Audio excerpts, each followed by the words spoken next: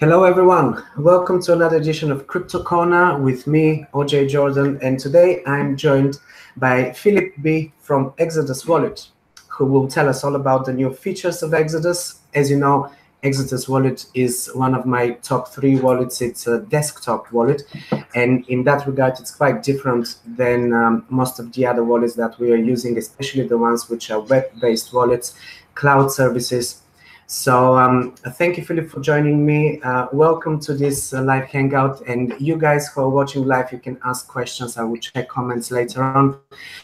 Let's first start with welcoming our guest. And I want you to tell us a little bit about yourself and when did you join the Exodus team?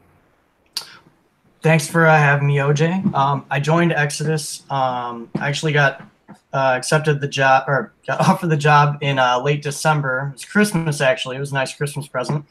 And I started in January. So I've been with the team for about 6 months now. Great. And what do you do in Exodus? What is your position? Sure. I'm part of the CSE team. So anytime you guys email in or you drop into our Slack and have questions about things that are going on with your wallet or the ecosystem, I'm one of the people that you'll get to talk to and helps you solve your problems or find your money. Great. So you are the person to ask all of the questions. That's great. Now, let's first start with the fact that Exodus is, many people think that it's a web wallet. Even I have called it a web wallet in the past because it is, it's on your desktop, but you need to connect it to the internet in order to facilitate transactions and to synchronize, which is not very different from what we do with hardware wallets, but it is very different from what we do with the rest of the web wallets, which are cloud services. So let's make that differentiation and explain how Exodus is not exactly a cloud service. So how does it work? Sure. Yeah, Exodus is a software wallet that's more frequently referenced as a desktop wallet. And you download the software locally to your device, and then everything is stored there. So there's no accounts with us. You'll notice that on our webpage, there's nowhere to sign in or no sign up. So you download everything to your computer, and then after your first deposit, you'll kind of go through a backup and you're good to go. That's when you'll be given you'll be able to set a password. You generated your 12-word phrase, and then get your email backup link as well as a secondary method of recovery. Yes, and in that regard, is much safer than what we can expect with a web-based service, a cloud service, which is having pretty much all of the data stored online, isn't it? Correct, yeah. Everything will be stored locally on your computer. Even a lot of people think that because there's an emailed link that's involved with a backup process that we have a link or we have somewhere where we're storing all this, but actually there is nothing that's stored with us. That link is they take your password that you set, which is why it's important that you create a strong, unique password. The password then will encrypt your 12-word phrase, and that is your backup link is what it is. It's your 12-word encrypted by the password that you've set.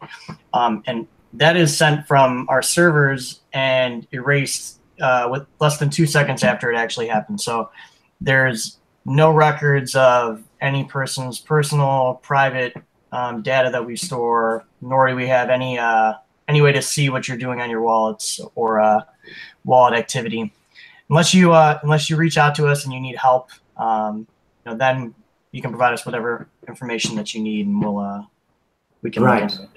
We are currently seeing some images. This is the interface of Exodus. Currently, this is when you are first opening the wallet. The first thing you need to do is type your password. So it's password protected, and on top of that, you have your seed, your mnemonic phrase, which is protecting your private keys and your assets. And then, is this the old interface? We are not really going to have all of this. I know that there is a new update, and this is what we're going to talk about. I noticed that we no longer have all of the coins listed down here, but instead it's a long list, because you added a lot of coins, right? And you keep adding more and more. You're adding a lot of tokens and everything. So I guess at some point it becomes too difficult to have everything just listed here. So the new interface and a new feature I saw, you now have an integrated coin swap, which is Shapeshift service, I believe. Yeah, well, Shapeshift has been our exchange partner for quite some time, and now you can, within that exchange feature, you can click on one of those drop-down menus and choose whichever assets that you have selected in your asset list to be able to exchange for. So what I mean by that is a lot of people will get confused when they go into the wallet, because there's Bitcoin, Ethereum that are enabled by default with a few other wallets every once in a while. That change, like Zcash was for a little bit. And when you enter the exchange, if you click on one of the drop-down menus, all of the assets that are available to exchange are not listed in that list. They're actually they're only listed as available in the exchange once you've selected those assets in your asset list. So on the new update, if you were to click on the settings tab in the bottom left corner, you'll see a sub menu that says assets, and when you click on that, you'll be able to go through the list of assets that we do support, and everything that is listed in the top section is an exchangeable asset that you could select to have available in your exchange feature. And then you'll see a sub menu called Ethereum assets.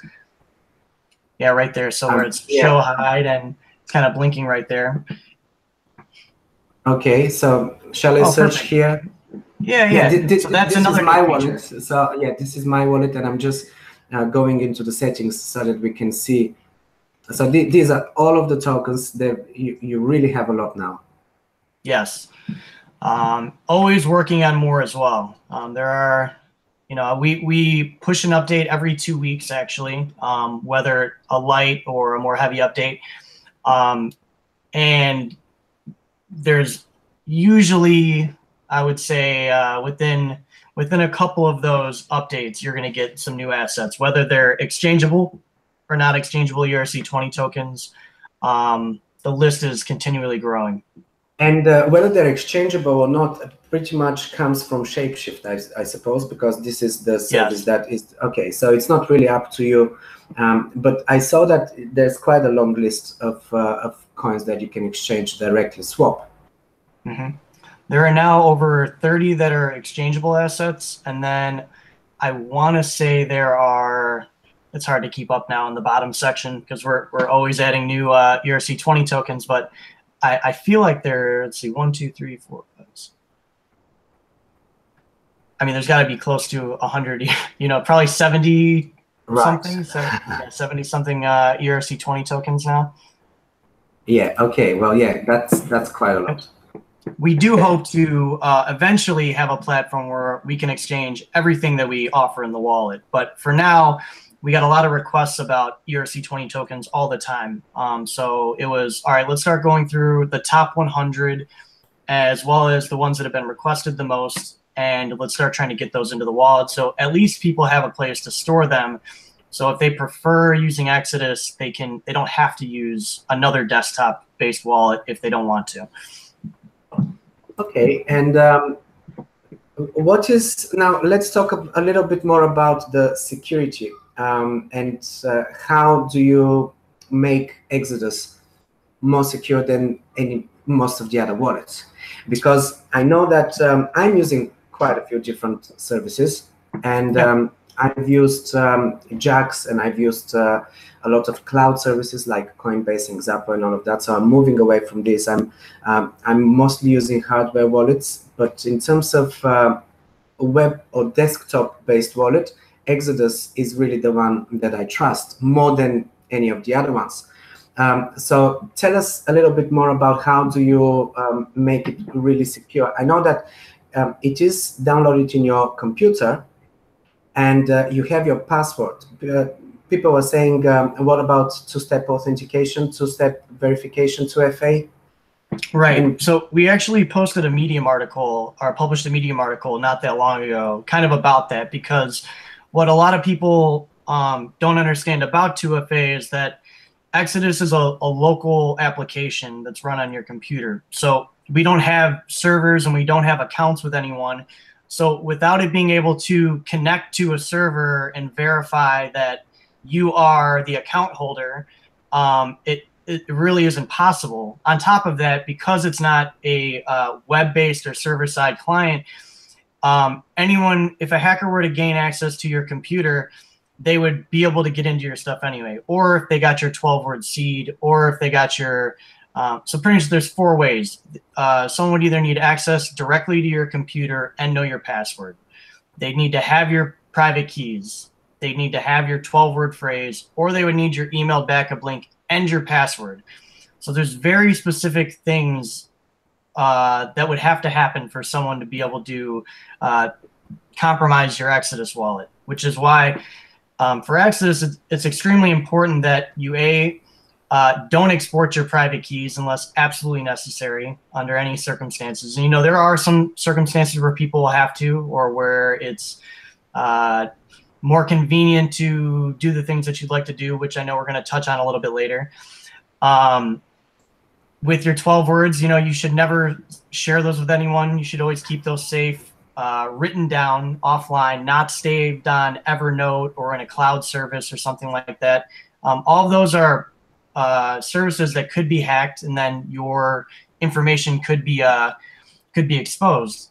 Or someone could hack your Gmail, let's say, and you use the same password for your Gmail, or you have a Google login for that cloud-based service. Well, now that hacker has access to the cloud-based service and can get your 12-word phrase or your private key, whatever you happen to have saved in there. So it's important to write them down and keep them offline in terms of that. And 2FA is a feature that we do get asked about a lot, and we are working on more advanced security features for Exodus. It's not as easy as people think. So it's not like with Coinbase or with Binance or something like that has 2FA. Well, that's because they're on the web, or they have servers, or you have accounts. So there's a way to authenticate your account with them. And we believe in people's privacy, and security is very important to us. We want our wallet to be secure. And that's kind of why we're really trying to start pushing security-based content with people to try and just educate the community on things they can do to protect themselves. Like we were talking earlier, and you have a computer that you use mainly for that type of stuff. And that's a great idea, because the more websites that you're visiting and the more things you're clicking on, the more you are susceptible to possibly downloading malware or being compromised. So there's, we're pretty honest and transparent with that. We are not the safest wallet out there because we're a desktop wallet. If you have a significant amount of cryptocurrency or digital assets, you should put it on a hardware wallet. It's we almost anyone that asks us about is Exodus safe to hold large amounts? Large is very individualized. Each person has a different amount that's a big amount to them. True, absolutely. And I like to think of Exodus as your pocket wallet. If I lost the money that I had in my pocket wallet, it's not gonna, I'm gonna be upset, but it's not gonna hurt me. But if I got my savings account drained or my checking account drained, that'd be different. And that's my hardware wallet.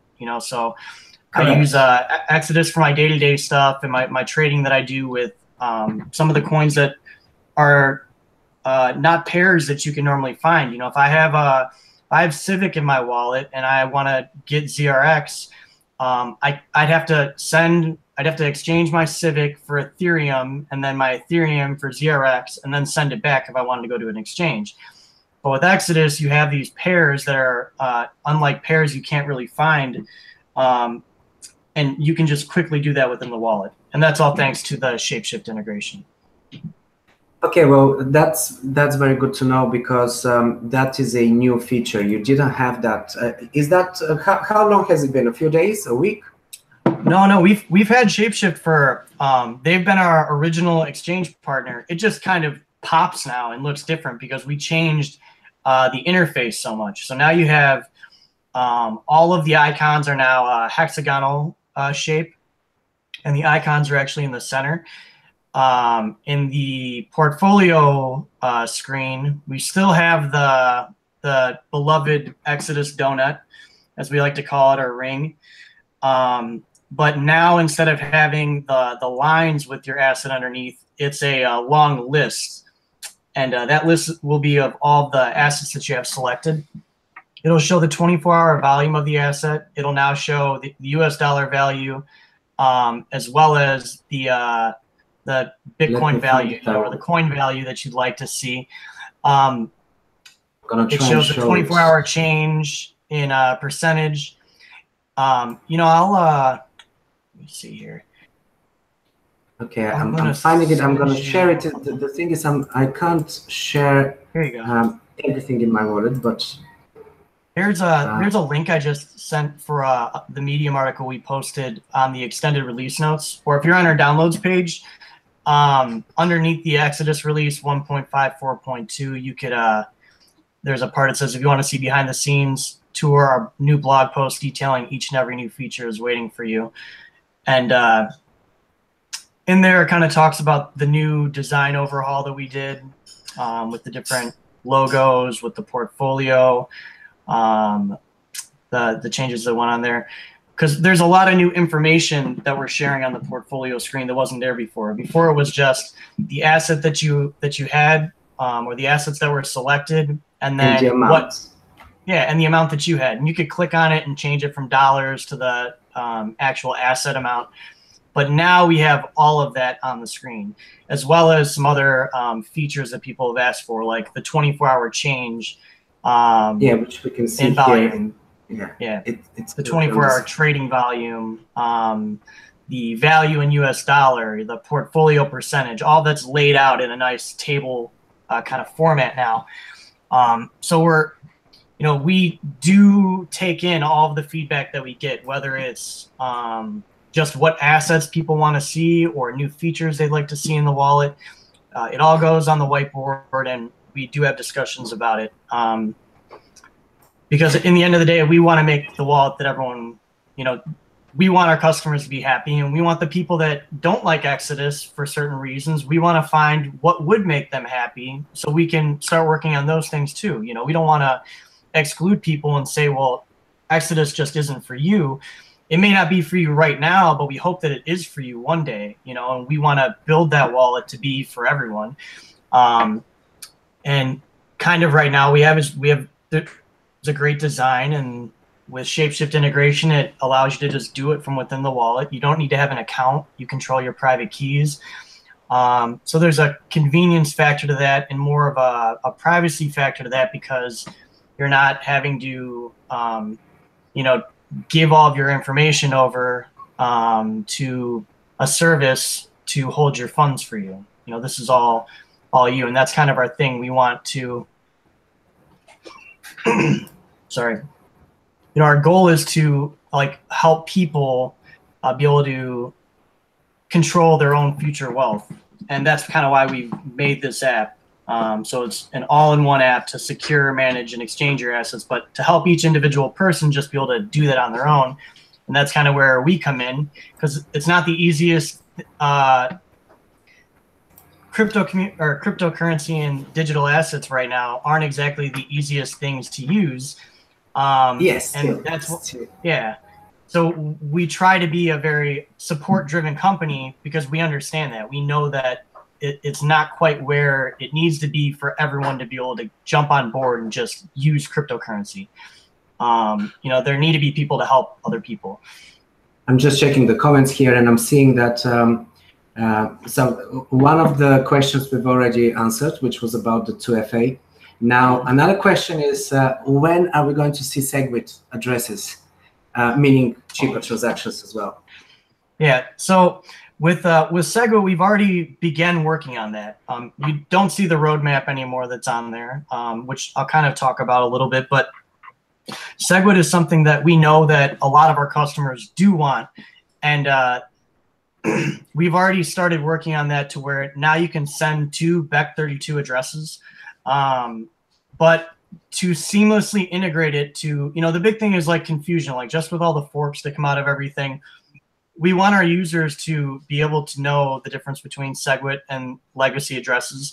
And yeah, we could just create a button to just switch it back and forth. But we also have to find a way to keep people from sending things to the wrong addresses now that they're not recoverable and there's sweeping bots out there.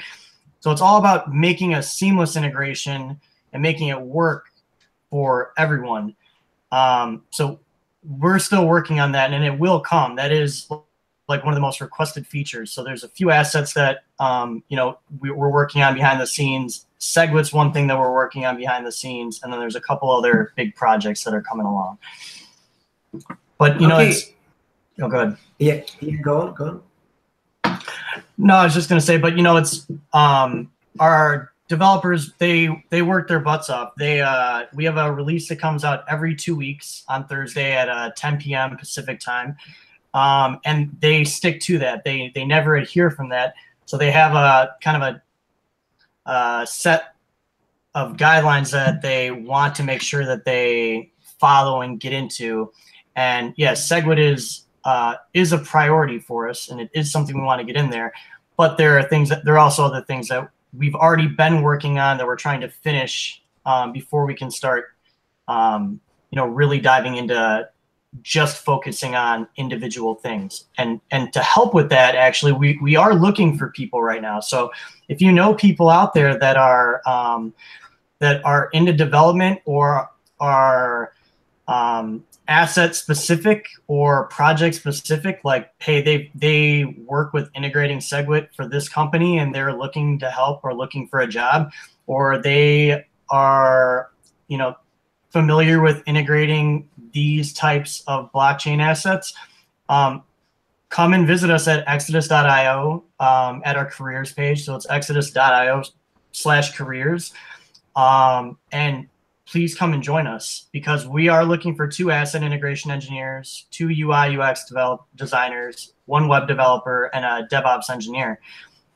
So, these aren't things that aren't priorities for us. It's just that a lot of people don't understand that we're not a huge company. There's, I believe, 30 of us, maybe just under 30 of us, and not everyone's a developer. So we don't have this gigantic development team that is able to work on all of the things that we're trying to do at the same time. And that's really just what it is. It's not about us not caring. I would say that the majority of the people, like a strong majority, are for having SegWit, with their Bitcoin transactions at Exodus.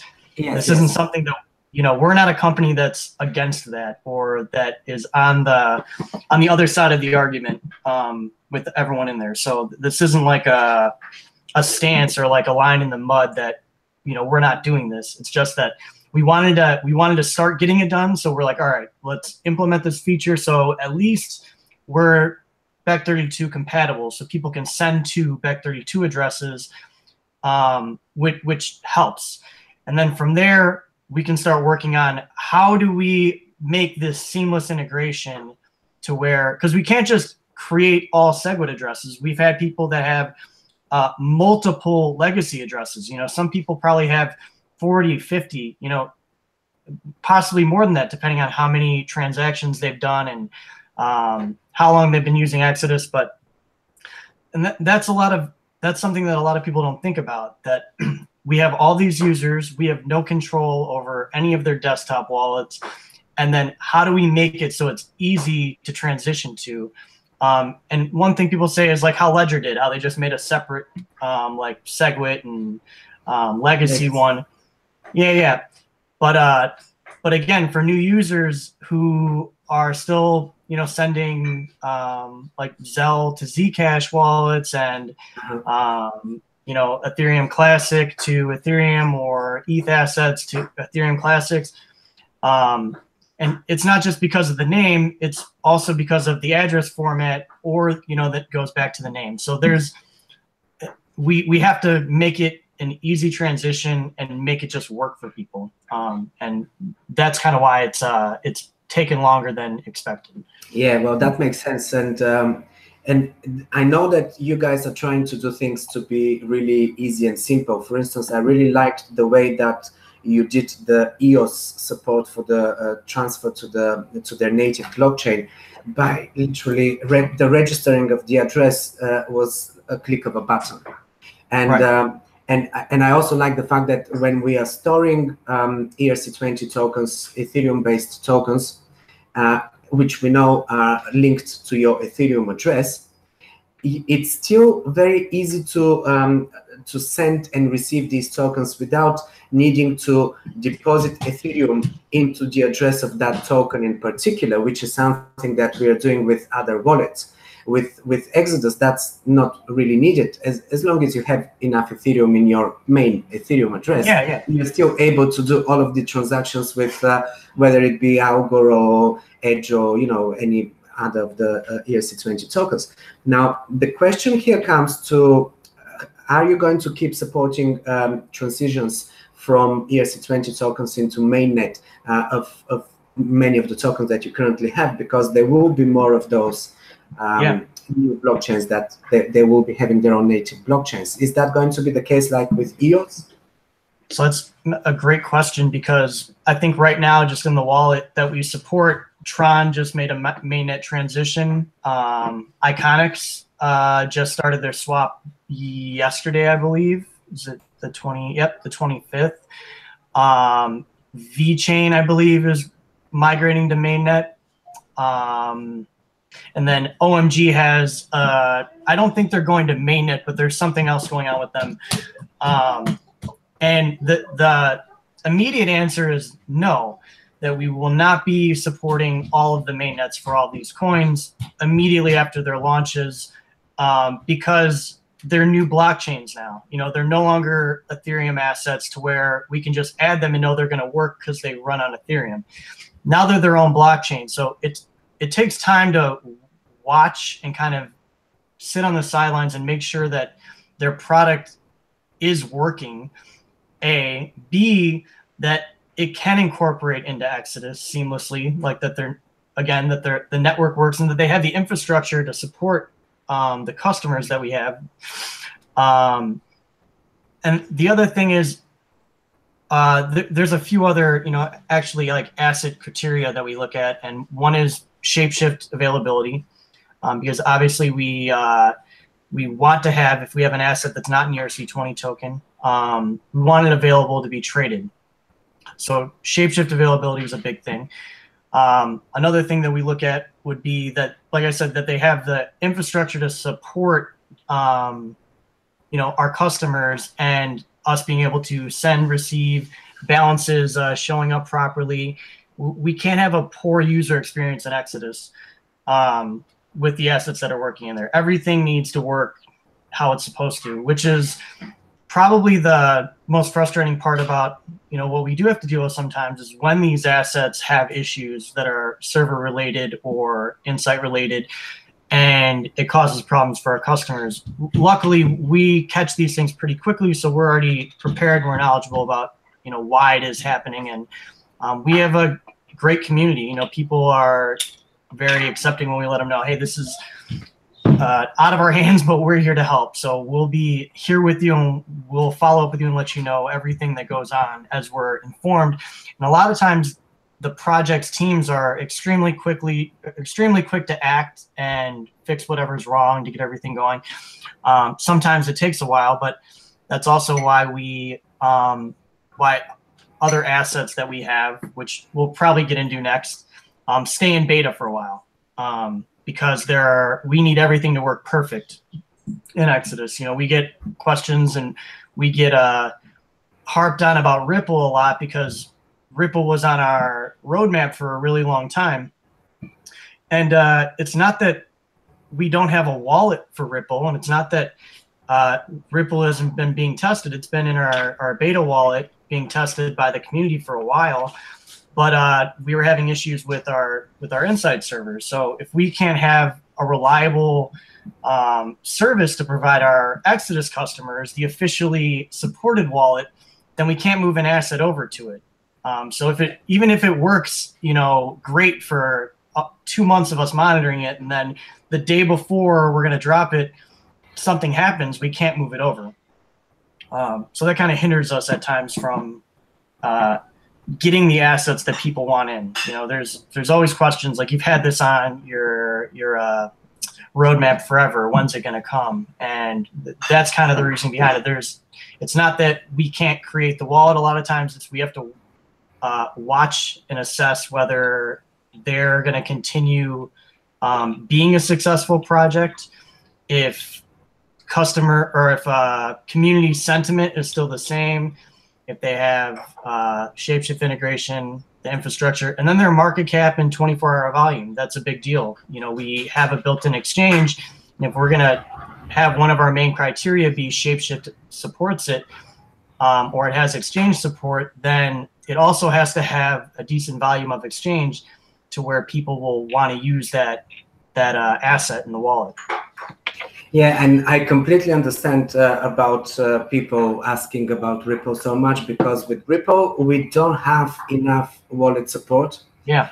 And, currently, Ledger is one of the few, really, that is supporting Ripple, and it is quite a popular token, despite of despite the fact that most of the hardcore crypto community doesn't really like Ripple as a company.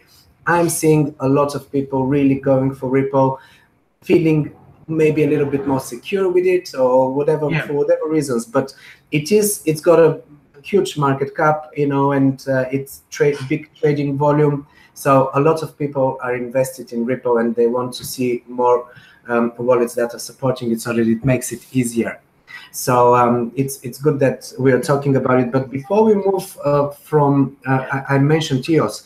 Before we move on, I just want you to explain to us what is happening with those wallets, those accounts members who didn't register, or maybe didn't quite manage to register their wallet address, because I actually have a friend who said that he followed the procedure. I did a video where I explained how to do it. It's very simple. It's a click of a button. But perhaps he didn't have enough Ethereum in his wallet to actually get the transaction, so he didn't realize. And now he's telling me that his tokens seem to be frozen. So what are people like him going to do from now on? What can they do? Perfect.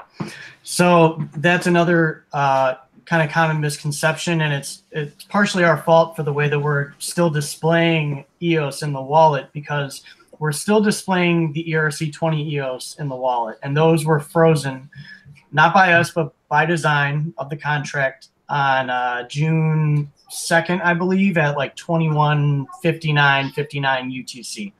So those EOS, whether registered or not, cannot be moved out of Exodus. We're just displaying the frozen tokens that are frozen on the blockchain. And we do have, for those that did register, you do have a mainnet address, and you do have a mainnet private key that is in Exodus that you can access in your developer menu. So because the mainnet's launched, if anyone wants to, if they need access to it and they don't want to wait for us to build an integrated wallet, then we do have a tutorial on how to export your mainnet private keys and import them into another wallet, so that you can manage your mainnet EOS. So you can vote or you can stake, whatever you want to do. But so you have access to those early. Some people feel more secure just waiting. But to go back to your question, for people that didn't register, there's a certain criteria that needs to be met for them to be accounted for, which there's like 1% or less than 1% of addresses, I'm thinking, that that do not qualify for this, and it's called fallback. And pretty much what it is there's a way to from what I understand, any address that has that had the ERC20 version of Exodus of EOS, it can be mapped to an EOS mainnet public key or address, and so you can get your mainnet address from your ETH address. But in order to get the private key that's tied to that, you need to use this thing called fallback registration, which is where you can take your ETH private key and it can generate the EOS private key for that attached or mapped address. Now, the problem with that is that there are tools out there right now that it can be done, but as far as we know at this point, there hasn't been a lot of security auditing done on this. And from a security standpoint, from what we can see, and we could be wrong, but it seems as if, and what we've heard is that there is a chance to like reverse engineer that private key to then get the ETH private key.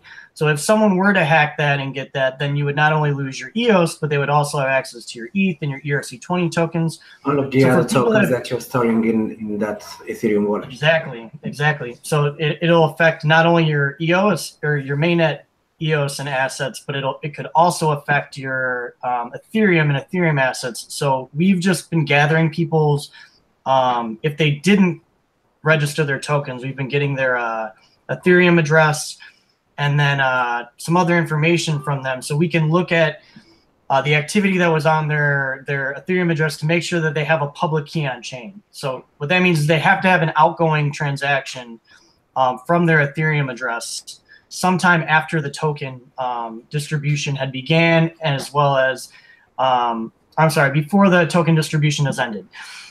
So as long as they have an outgoing Ethereum transaction from their address outside of before it had ended, then you'll qualify for this fallback registration. But we've been just advising everyone to just sit tight and wait. If they don't want to, they're more than welcome to use these tools. And I know people that have used them and haven't had any issues. But when security is such a big thing and the implications of what could happen, there's always that possibility. Me personally, I'd rather wait. So that's what I've been telling my customers. Yes, there are methods, and they'll email into me and show me like, what do you think about this? What do you think about this? Yes, I've heard of it, but it's best to wait until in the beginning of this, we heard you should hear something from at least like 5 block producers that's the same. And if you hear them all agree on the same thing, then you could, kind of trust that. And I haven't heard anyone that we've talked to all tell us that any of these are 100% safe. And that's not knocking any of the tools that are out there and that are available. That's just from what I've been told at this point. And it's also much easier for people to actually just wait for you to do it, isn't it? And I know that many people would prefer probably to just wait. So what you're saying is basically all of the EOS tokens that we had prior to the transfer from ERC20 into their own native blockchain are now being frozen, not necessarily by you, but you are working on a very simple solution, maybe another one-click type of a thing, right?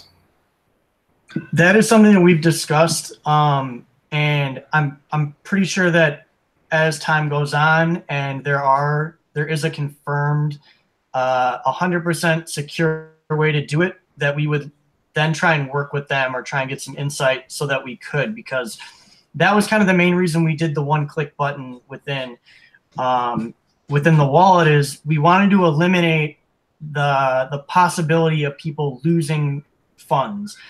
And that's one of our biggest goals with a lot of the things that we're implementing and working on. And that was kind of flack that we got the other day was, you guys have implemented all these like one-click things and claim features, but you don't have this or you don't have that. And it's because at the end of the day, the features that we have added that have kind of stepped over other things we were working on were because we felt like it was beneficial to the customer because we didn't want them to lose assets. And with the EOS registration, if you're new to cryptocurrency and you haven't used things like My Ether wallet, it's not the easiest thing to do or the safest if you don't know what you're doing, to export your private keys and import it. A lot of people sent their EOS or sent ETH to the contract address rather than actually registering. So when we're hearing these from customers, how difficult it is, or even though they know that we may not have created one, they were still saying, this is way too hard. I'd rather wait and see. And if it gets down to close to the deadline, then I'll go ahead and and I'll register. I'll find a way. And we told anyone who kind of had that mindset that we'll happily guide you through it so there's no mistake if we don't implement a one-click button. And that was a real priority for us for a while, because the fallback registration wasn't even a thing until shortly before the launch of the mainnet, or shortly before the snapshot, I should say, because that was, the snapshot happened technically about a week before the mainnet release. So before that, it was only developed a short period of time before, from what my understanding was. So there was a serious worry from us, not just for our customers, but kind of for the whole ecosystem who was invested in EOS, that whether you agreed with the project or not, if you had friends or if you knew people that were involved in it, like, help spread the word that they need to register their tokens. Because if there was no fallback for people that didn't, and there's no hope for them, and there's an $11 billion market cap, and even 1% loses their money, now that's a lot of money for them, the mainstream media, and all the crypto magazines online throw all these clickbaity titles up, and that looks really bad on cryptocurrency as a whole. So how does that help adoption? And yeah, we touched briefly on that earlier, that that's one of our main goals, and like what we're really trying to do is reconnect everyone in the ecosystem to start doing things that are good for the community, like focusing on security, or just talking about things that a lot of people don't know. Like we just published an article about checksums and EIP 55, like why that's important. A lot of people don't know even what that is, but there are a lot of things that people should know so they can protect themselves and not lose money. And that's kind of why Can you touch a little bit on that then? Can you explain a little bit for those who... Yeah. Absolutely. What that is much like a BIP, which is Bitcoin Improvement Proposal. EIPs are for Ethereum, and EIP 55 was, it says that there should be a checksum for mixed case strings of characters, or mixed case addresses. So you'll notice that sometimes you'll go to get an address and it'll be in all lowercase letters and there'll be no capitals in it, which means that they don't have this implemented. And Binance is probably the one I hear the most where things happen with the site. But what happens is that if you don't have this checksum and you're not double and triple checking your addresses, a glare from the screen, or maybe the lighting or pixelation or the resolution is off, so your pixels are off on the QR that you're scanning, it could change a letter or a placement of a letter that's on the address that it generates. And if you send to that... sorry to interrupt you. Can that happen if you're copy and pasting, or only when you're scanning the QR code? Only when you're scanning the QR code. If you're copying and pasting it, then the only time you really have to worry about, I still double and triple check. There is malware out there that will have their own, addresses and strings of characters that are... something that happened to a friend of mine who basically sent money to someone else because he copied and pasted. I prefer to scan QR codes, but now you're making me not so confident in the QR codes.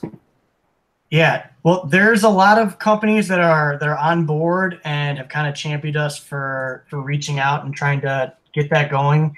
And a lot of people that after we've reached out have said, like, we're going to work on it, and this is something we'd like to look into.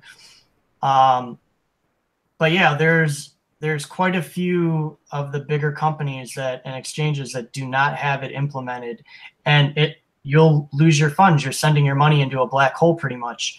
And it's hard to spot, because it's only a small pixel that could be off, or a refragment of light that when it does that, it just changes one character, so you're looking at this huge string of characters, and it's not the last ones, and it's not the first ones. And most people that I know, they may just check the first like 4 or 5 and the last 4 or 5 of each of their addresses and make sure they're right, to make sure that there's no copy paste virus on there, and they're good and they send it off.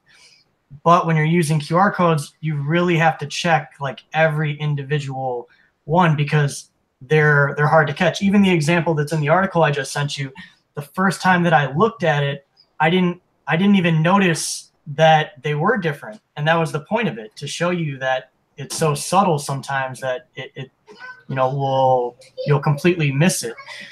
And I really did have to, it says in it, like, one must be vigilant and triple check their output to be safe.